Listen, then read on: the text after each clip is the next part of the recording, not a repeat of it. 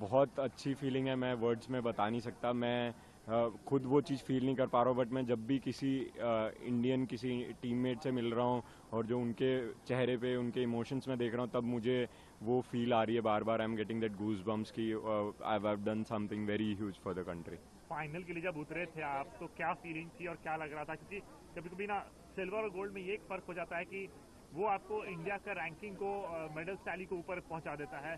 तो इस फीलिंग को आप कैसे डिस्क्राइब करेंगे?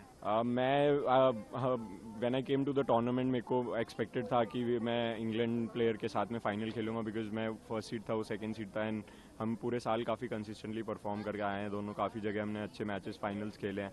तो I was knew that I have to play him in the final, but मैं एक एक मैच प्रिपेयर करके खेल रहा था। और जब फाइनल की बारी आई तो आई न्यू कि मेरे से ज़्यादा प्रेशर उस पर है, बिकॉज आफ्टर प्रमोद भैया missing out the paralympics, he was the hot favourite to win the gold, because he had silver in Tokyo and then he was consistently winning against everyone.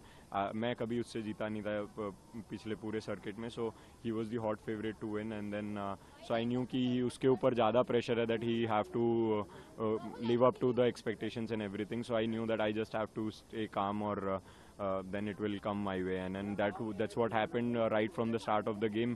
मेरे को फील हो रहा था कि he's nervous, he's being going impatient, तो मैं बस उसी चीज़ का फ़ायदा उठाया। बीच बीच में I slipped away in between, but yeah, it feels good कि finally it ended our way, and then India got the much deserving and much retainable gold medal, and I'm very happy that SL3 has retained their Paralympic gold medal. आप वो लम्हा describe करिए अपने शब्दों में, जब आप खड़े हुए पोडियम पे, फ्लैग सबसे ऊपर था और नेशनल एंथम बजा। मैं I've lived this feeling before during the Asian Para Games, but Paralympic was very different, very huge. I didn't get tears in my eyes, but I had the goosebumps and current in whole of my body.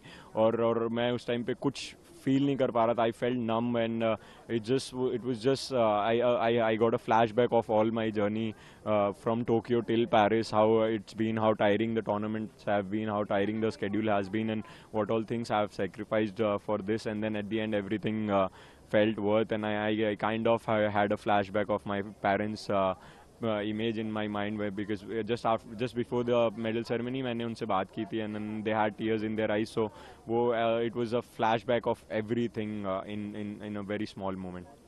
और अभी medal जीतने के बाद देश को क्या संदेश देना चाहेंगे देशवासियों? मैं सबका बहुत बहुत धन्यवाद देना चाहूँगा कि मैं I am not able to open my social media because it's been flooded with wishes and blessings, but मैं सबका बहुत बहुत धन्यवाद देना चाहूँगा कि उन्होंने बड़ों ने आशीर्वाद और छोटों ने अपना सपोर्ट रखा, अपना स्नेह रखा मेरे लिए, और मैं सबके एक्सपेक्टेशंस पे खरा उतरा और इंडिया के लिए एक गोल्ड मेडल जीत पाया।